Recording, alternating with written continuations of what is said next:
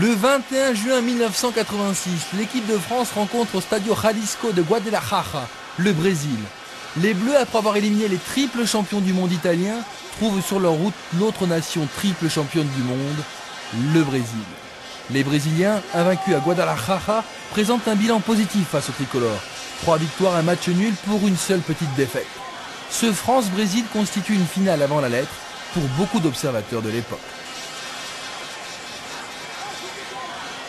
Pelé, en personne, dira d'ailleurs après la rencontre « Je viens d'assister à l'un des meilleurs matchs de l'histoire du football ». La première occasion est française, centre de Fernandez contré, et récupération Michel Platini.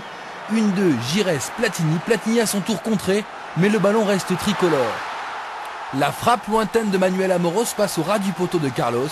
Amoros tout près de réussir son premier but en Coupe du Monde. Les Brésiliens se mettent alors en action, face à face Socrates-Joël Batz, et le gardien français gagne son duel. Socrates récupère le ballon et sert un coéquipier, l'occasion pour Batz de briller une deuxième fois, sortie impeccable dans les pieds des Sud-Américains. Récupération de Julio César, détente impressionnante du Brésilien. On joue alors la 17e minute de jeu. Les Cariocas vont mettre en place une offensive dont ils ont le secret. Tout s'accélère à mesure qu'ils avancent vers le but français. Double 1-2 Junior Müller. Careca, parfaitement décalé, va tromper Joël Batz. Superbe mouvement collectif des Sud-Américains. L'attaque des Oriverde a pris le pas sur la défense tricolore. Le Brésil mène logiquement 1-0. 32e minute à présent, longue ouverture de Socrates pour Careca. L'attaquant brésilien prend le dessus sur Max Bossis et sert en retrait Müller. Tire sur le poteau. Luis Costa Müller tout près de doubler la mise. Les Français proches du chaos vont revenir au score 8 minutes plus tard. Giresse en profondeur pour le centre de Rocheteau. Stopira rate le ballon mais pas Michel Platini qui égalise. Le Brésil encaisse son premier but du mondial. Michel Platini marque lui son deuxième but de la compétition, son 5e et dernier but en 3 Coupes du Monde. Formidable courage de Yannick Stopira qui se jette dans les pieds de Carlos. La France revient juste avant la mi-temps à un but partout. En deuxième mi-temps, 1-2 Tigana Rocheteau. Jean Tigana face à Galo Carlos. Bonne sortie du gardien brésilien. La France tout près de prendre l'avantage. On joue alors la 65e minute. Les tricolores ont du mal à revenir et le contre sud-américain se développe. Socrates transmet le ballon et va se placer dans la surface. C'est lui qui remet en retrait pour Junior. Bonne frappe de Junior repoussée par Joël Batz.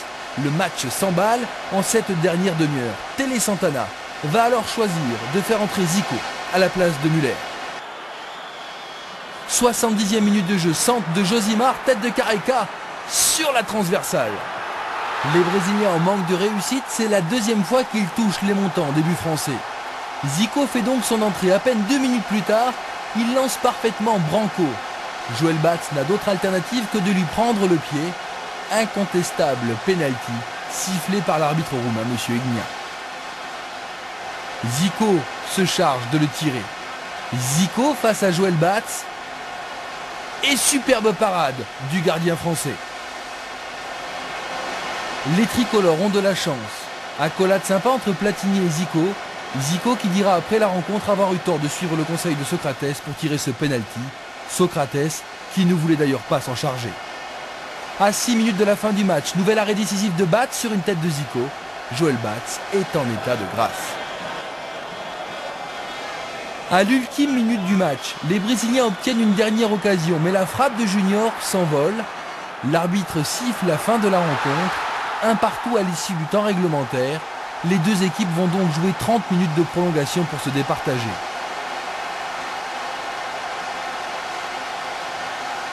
Séance de relaxation habituelle pour les Français et les Brésiliens. Le match est reparti. Dominique Rocheteau tente une percée solitaire. Il élimine 3 défenseurs cariocas mais bute sur le 4e. La frappe de Stopira est ensuite contrée. Superbe chevauchée du buteur français, Dominique Rocheteau. Seconde période de la prolongation à présent. Platini a une touche de balle. Il a vu le départ de Yannick Stopira. Pas de hors-jeu. Stopira face à Carlos. Le gardien brésilien déséquilibre quelque peu l'avant-centre français. Pas de faute selon l'arbitre. Pourtant, comme 4 ans plus tôt lorsque Schumacher avait percuté Battiston, la faute paraissait évidente. Un partout après 120 minutes de jeu, Brésiliens et Français vont se départager au tir au but. Les Cariocas frappent les premiers. Joël Batz a la main ferme face à Socrates. La séance débute on ne peut mieux pour la France. Yannick Stopira en force, 1-0 pour les Bleus. Alemão, un partout mais la France fait la course en tête.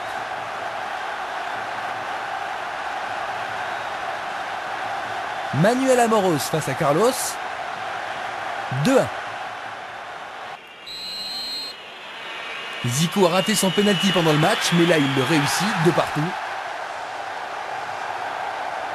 Bruno Bellone, entré en cours de jeu de la prolongation. Il marque, avec l'aide du poteau. 3-2 pour les tricolores. Branco, frappe lourde, sans problème. 3 partout. Michel Platini embrasse le ballon, un baiser qui ne va pas porter chance aux joueurs de la Juventus.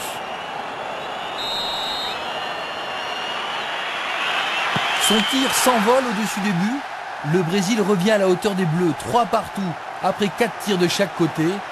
Julio César, le puissant défenseur, va pouvoir marquer peut-être ce 4e but brésilien. En force, sur le poteau, les Français repassent devant. 3e poteau brésilien du match. Luis Fernandez a alors l'occasion de donner la victoire à l'équipe de France, à condition de marquer bien sûr, il s'élance et c'est au fond. Les Français s'imposent 4 tirs au but à 3 avec beaucoup de réussite. Le Brésil est éliminé en ayant encaissé un seul but en 5 matchs.